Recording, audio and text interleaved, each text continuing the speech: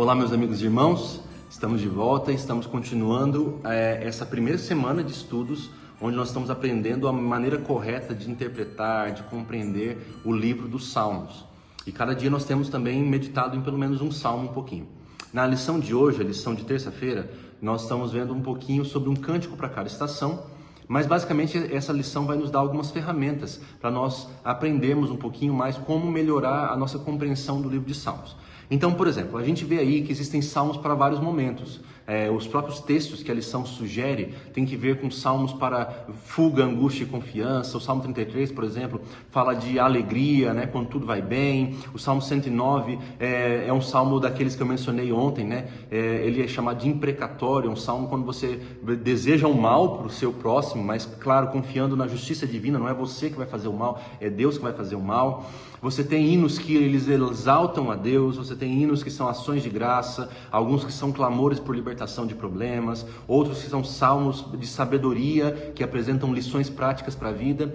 E a lição de hoje apresenta basicamente 4 principais características do livro dos Salmos, que são importantes para nós entendermos. Eu mencionei em um dia dessa semana que a poesia, aqui na nossa língua, ela tem muito a ver com rimas, né? Mas lá, a principal característica da poesia hebraica, especialmente que isso está presente no livro dos Salmos, tem que ver com os paralelismos. O que é paralelismo? É quando você diz uma frase e na frase de baixo você diz a mesma coisa com linguagem diferente. Você tem isso em várias formas. Por exemplo, a lição coloca aí o Salmo 103 como um exemplo. Bendiga a minha alma ao Senhor e tudo que há em mim, bendiga ao Senhor. Perceba que as duas frases, elas dizem basicamente a mesma coisa.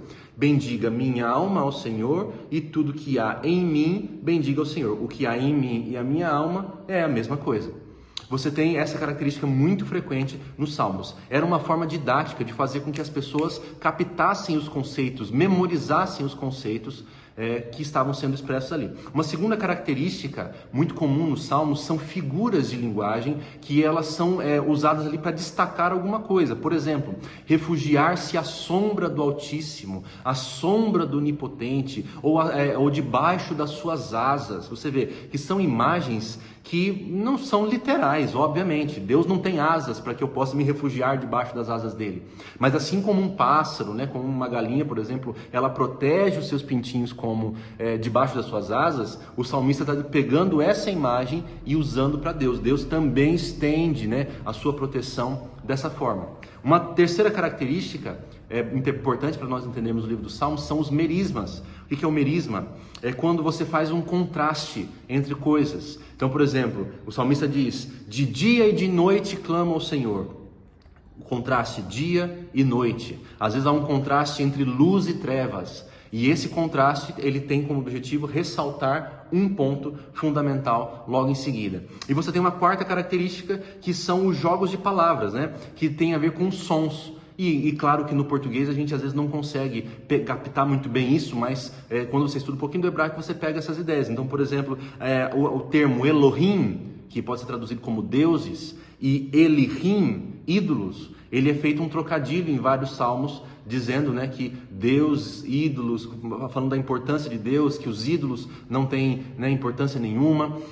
Tem uma outra curiosidade sobre o livro dos Salmos, que, por exemplo, o Salmo 119, ele é um salmo curioso. Se você pegar esse salmo no hebraico, você vai ver que ele é o maior salmo da Bíblia, né? Mas ele é uma seção em que ele é dividido em cada 8 versículos. Cada 8 versículos muda, né? É uma seção que vai mudando.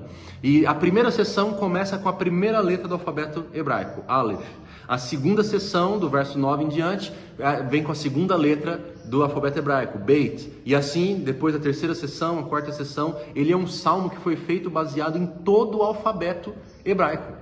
E por que isso é importante? Porque isso ajudava as pessoas da época a memorizar. Então imagina, muita gente tinha memorizado o Salmo 119, porque havia essas seções muito bem definidas, com letras, né, que começavam e faziam com que as pessoas memorizassem mais fácil. Então isso acontece também hoje com as músicas. Nós temos músicas, né? Elas repetem um pouquinho, repetem uma frase, repetem um refrão, e isso nos ajuda a memorizar. O que a gente aprende com tudo isso é que Deus, ele é um Deus belo em essência. Quando ele inspira os seus salmistas ali a compor esses salmos, Deus está dando para nós um pouquinho, um vislumbre de como é a música do céu. Você já imaginou? Um dia nós estaremos ouvindo salmos dos anjos. Não mais salmos de Davi, de Asaf, por melhores que sejam, mas nós estaremos ouvindo salmos dos anjos. Agora nós temos apenas um vislumbre de tudo isso. Podemos aprender com eles e podemos crescer um pouquinho na compreensão daquilo que é a adoração que Deus espera. O salmo de hoje, ele é grandinho, mas eu acho que você dá conta. Dá uma boa olhada no Salmo 119. Você talvez não consiga, obviamente, memorizá-lo, mas você pode dar uma olhada e tente ver quantas vezes a palavra lei aparece e qual é o adjetivo que está sempre em seguida da lei. Você vai ver que esse é um salmo que exalta a lei, as instruções de Deus para cada um de nós. Se nós seguirmos essas instruções, nós seremos felizes. Que Deus te abençoe, que a graça de Cristo esteja com você.